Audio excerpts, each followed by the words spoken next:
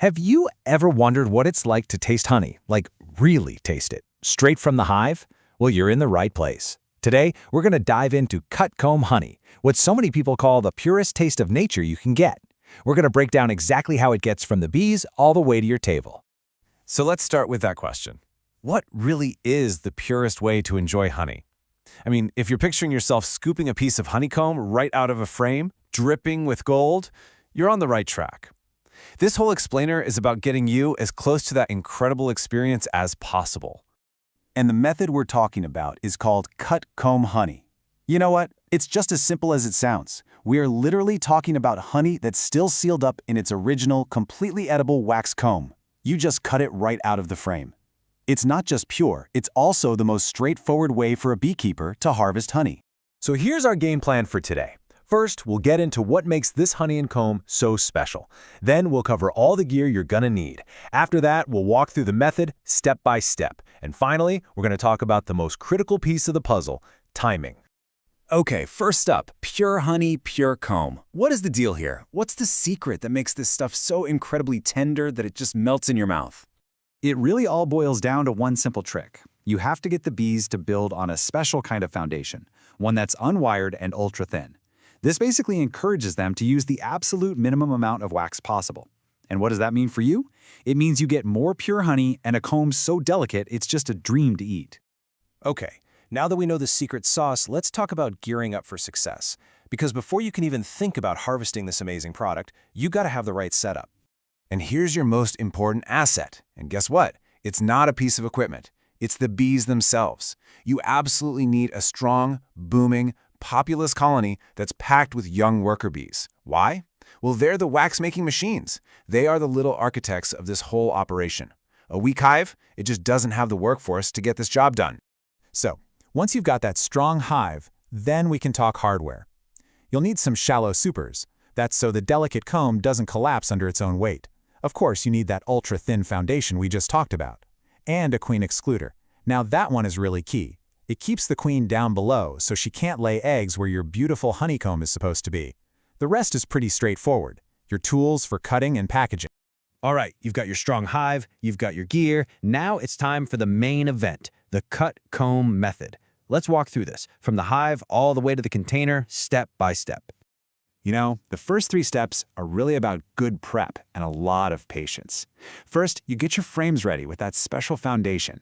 Then, right when the main nectar flow kicks off, you add that box, the super, on top of the hive right above the queen excluder. After that, your job is to just watch and let the bees work their magic. They'll draw out the comb, fill it with honey, and cap it all off. But how do you know when that nectar flow has really started? Okay. Here's a fantastic pro tip from some of the best beekeepers out there.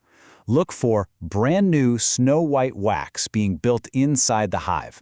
When you see that bright white wax, that is your signal. That is the green light. The nectar flow is on. The last 3 steps are all about the harvest. Once about 80% of that comb is capped over with wax, it's time to pull the frames. Then, you want to be in a warm room when you do this. You carefully cut the comb into whatever size chunks you want and let them drain overnight on a wire rack.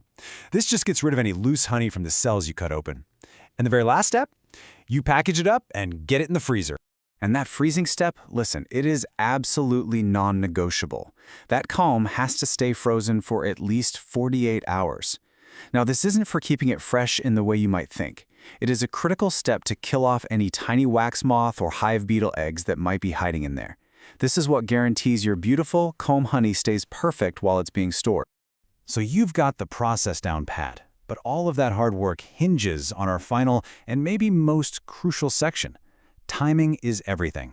Knowing exactly when to start this project can truly be the difference between amazing success and total failure. The timing is actually pretty simple when you break it down. The absolute best time, your sweet spot, is late spring and early summer. That's when you've got a really strong nectar flow, your colony is booming, and the weather is warm.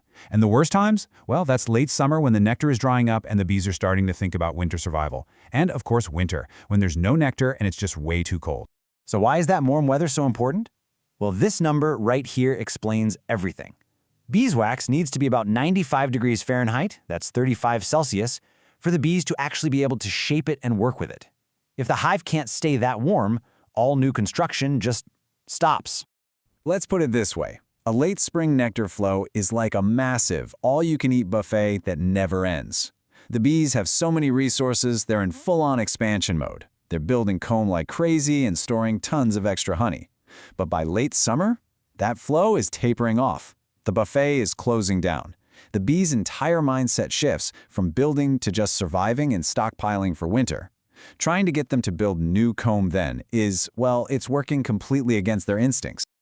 So really, what this all comes down to is this. Success here isn't just about following a recipe. It's about understanding nature, knowing your local climate, knowing the unique nectar flow patterns right there in your own backyard. That is the single most essential skill for this. You have to learn to work with the seasons, not fight against them. Which, of course, leaves us with one last question. After seeing how it's all done, this simple, pure, ancient method, are you ready to taste honey the way that nature and the bees really intended?